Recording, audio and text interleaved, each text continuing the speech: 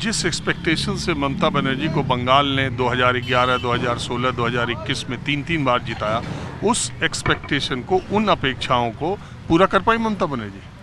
पूरा तो एक हद तक कर पाया है, लेकिन पूरा तो नहीं कर पाया। इस सेफ टू से कि नहीं हो पाया उनसे। दूसरी बात, आप जो इलीगल इमिग्रेंट्स की बात कर रहे हैं, घुसपैठियों की, बंगाल के चुनाव में बीजेपी का सबसे बड़ा मुद्दा है।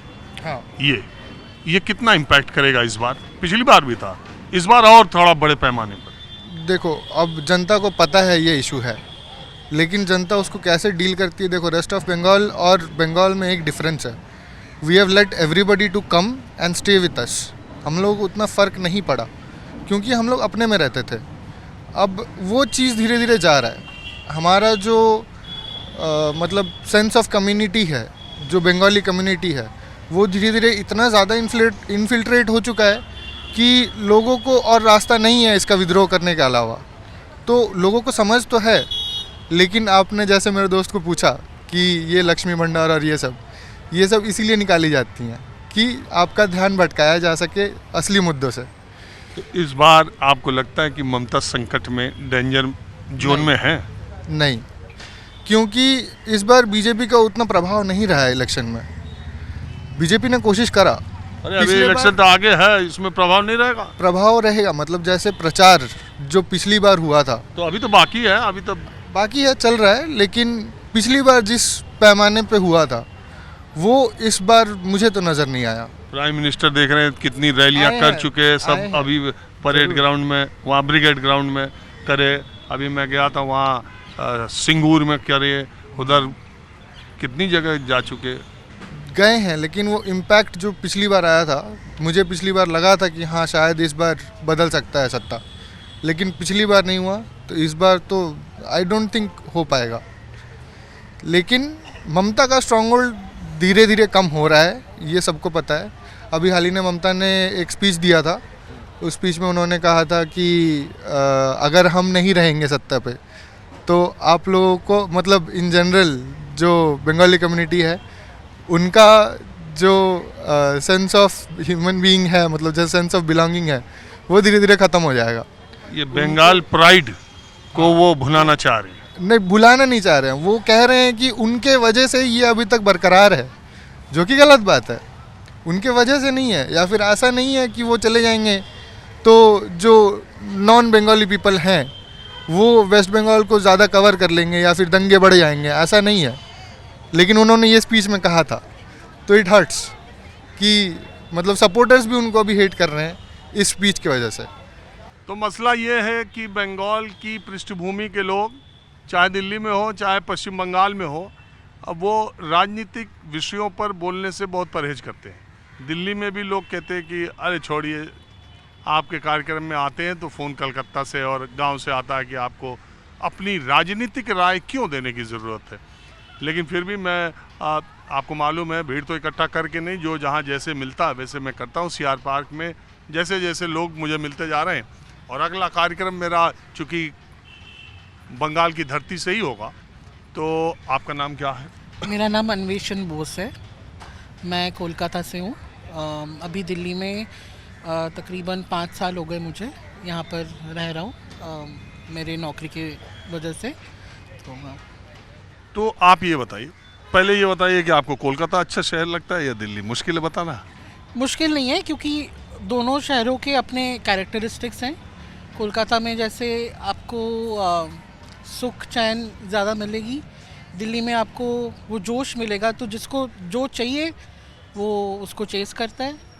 कोलकाता सस्ता है, दिल्ली महंगा है। बिल्कुल। कोलकाता में खाने का ज़्यादा हिसाब किताब है, और यहाँ थोड़ा है, यहाँ भी खाने का, लेकिन कोलकाता की बात थोड़ी इसमें अलग हो जाती है ना।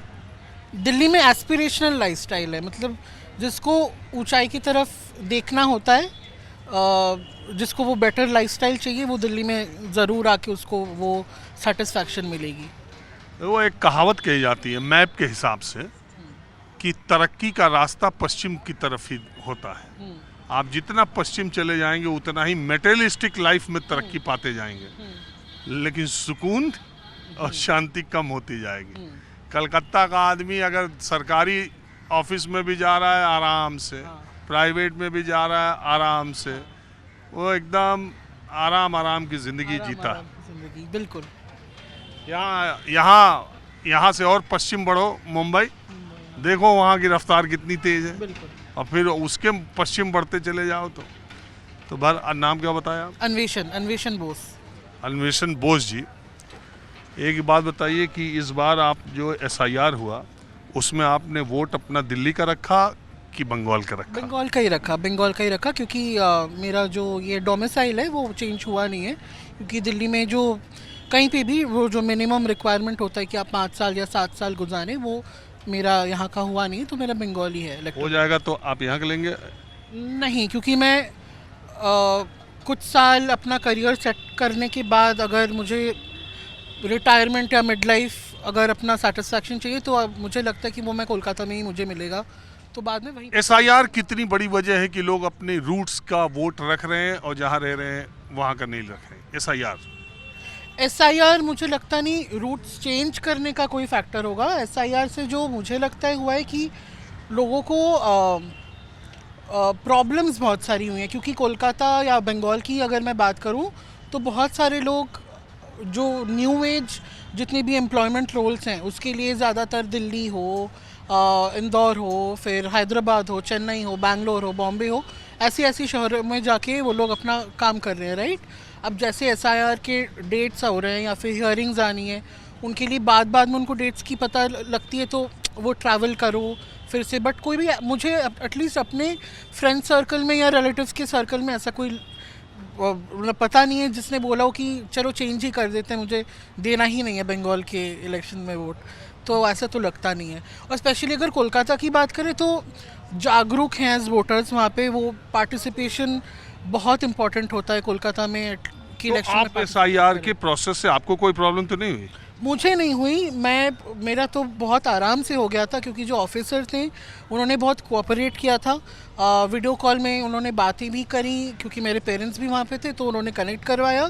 फिर और जो वोट देने जाएंगे आप? बिल्कुल 29 तारीख को मेरा डेट आया है बंगाल में। तो अभी इलेक्शन अनाउंस हो गया, आपको क्या लग रहा है इस बार का बंगाल का इलेक्शन कोई अलग दिशा में जा रहा है, अलग डायरेक्शन में जा रहा है? नहीं, रिजीम चेंज के बारे नहीं, सेम रिजीम ही रहेगा। बट मुझे जो लगता है कि थोड़ा सा शायद ऑपोजिशन और स्ट्रॉन्ग होगा, BJP की तरफ से हो या CPM, तो इट हैज़ वैनिश्ड ओनली, मुझे नहीं लगता CPM रिवाइव होगी। बट BJP थोड़ा सा टक्कर तो देगा TMC को, पहले के मुकाबले और तगड़ा टक्कर देगा? और तगड़ा टक्कर तो दे रहा ही है, बट लगता है ज़्यादा सीट। तो आपको लगता है कि ममता दीदी से बंगाल के लोगों का मोह भंग हो रहा है, कुछ उनका ग्राफ गिर रहा है? वो डिपेंड करता है थोड़ा सा ना इकोनॉमिक सेक्शंस पे, क्योंकि जैसे टाइप की उन्होंने प्रोग्राम्स और स्कीम्स लॉन्च करी है ना, एक पर्टिकुलर इकोनॉमिक सेक्शन को उन्होंने बहुत क्या बोलते फ़ायदा दिया है, उन्होंने बेनिफिट मिला है लोगों को उनसे, तो वो तो रहेंगे ही उनसे लॉयल। जो थोड़े से ज़्यादा अवेयर अपर मिडिल क्लास होंगे, उनको थोड़ा बदलाव वो एटलीस्ट सीख कर रहे हैं कि थोड़ा बदलाव आए, ताकि वही मैंने बोला ना, एस्पिरेशनल हो जा रहे हैं लोग, क्योंकि तो उन्हें वही दिल्ली वाला या बॉम्बे वाला लाइफस्टाइल अब थोड़ा कोलकाता में भी चाहिए। आप कहाँ से हैं? दिल्ली से। अच्छा, आप बंगाल से नहीं? नहीं सर। अच्छा, दिल्ली में बैठ के बंगाल के बारे में जब आप देखती हैं, सोचती हैं, तो आप बंगाल के बारे में और ममता बनर्जी के बारे में क्या सोचती हैं?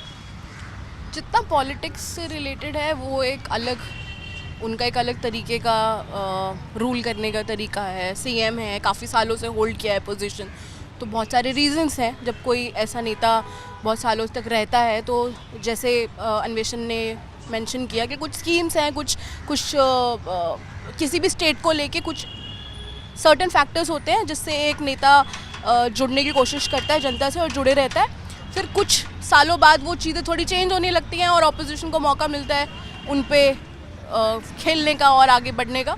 तो मुझे दिल्ली में बैठ के यही लगता है कि वही अभी हो रहा है वेस्ट बंगाल में, और उसी हिसाब से ऑपोजिशन शायद थोड़ा स्ट्रांग होगा। बट हाँ, उनका होल्ड बहुत सालों से है, तो अभी तो नहीं लगता कि चेंज होगा।